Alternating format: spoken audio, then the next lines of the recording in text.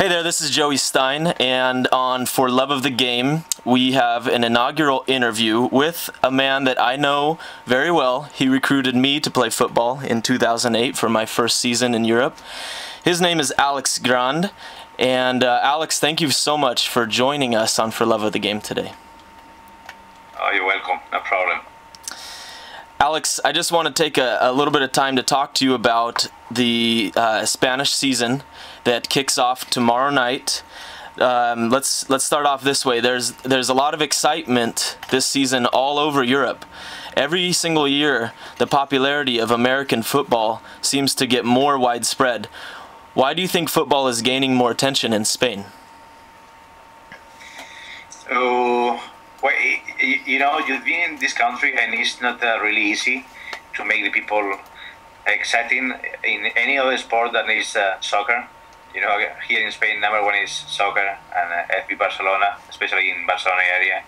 But I mean, we've been playing football in this country for now more than 20 years, and people has curiosity just to see the games or the sport they watch on TV, on the NFL.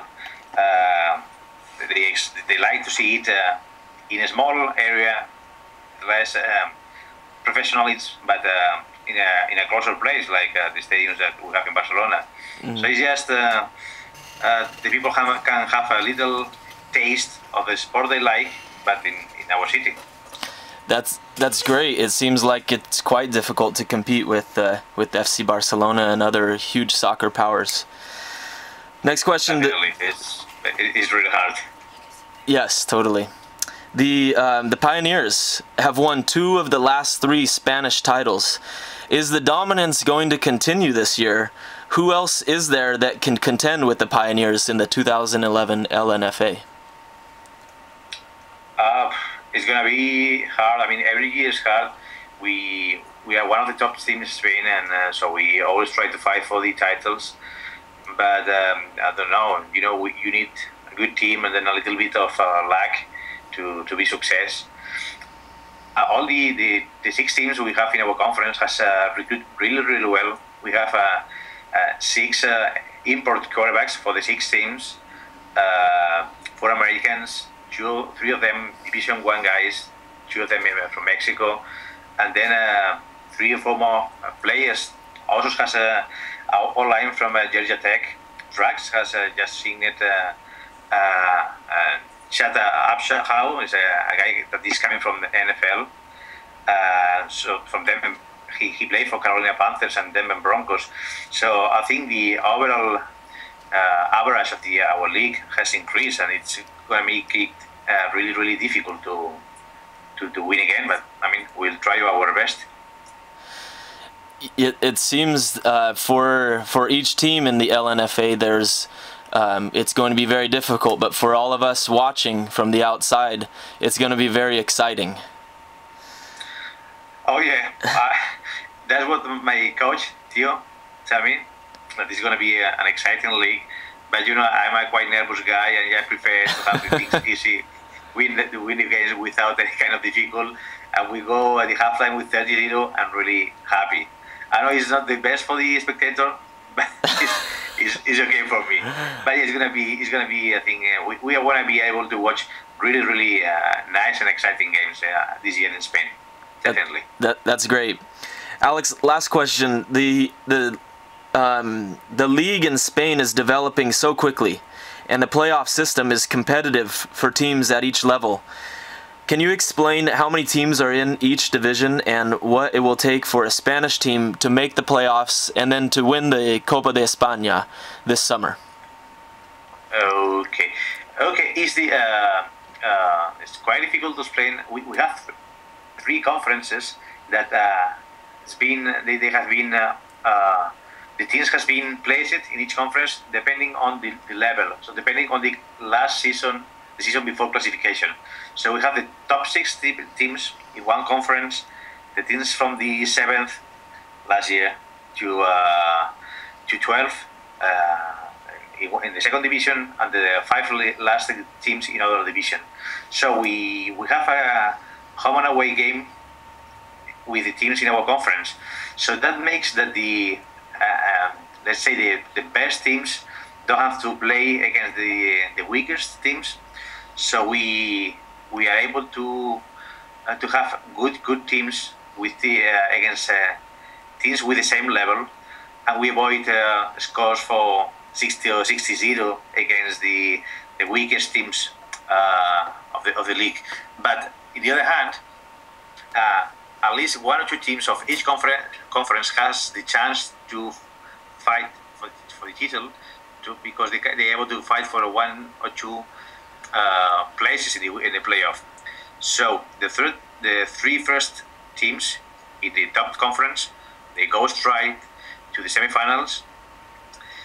The first team of the, let's say, third conference, they play a game, a wildcard game against the second team for the middle conference, and the winner of this game play a game against the first team on the middle conference to have able to be the fourth team in the semifinals. So the 10 teams playing in the middle conference and the third conference has one spot after two playoff or two wildcards games, have a spot for the semifinal.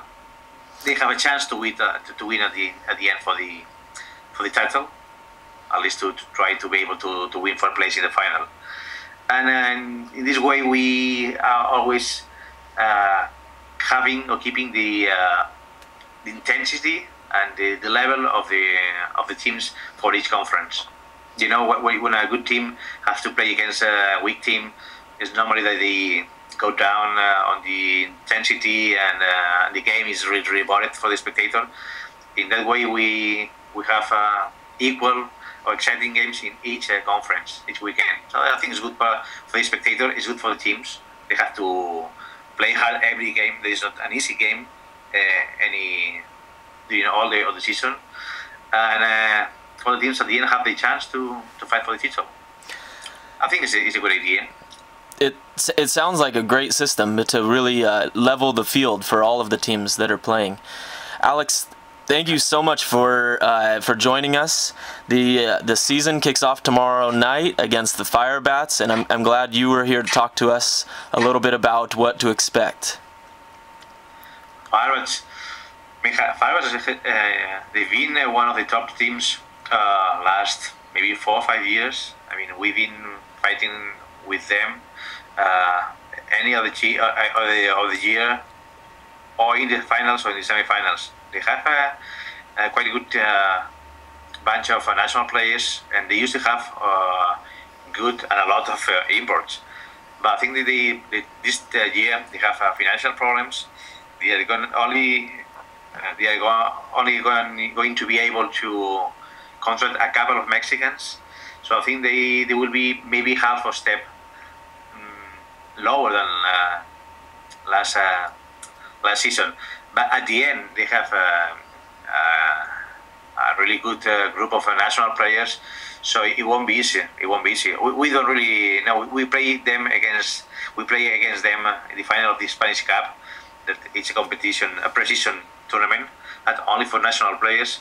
We beat them, but the game was close until the fourth quarter.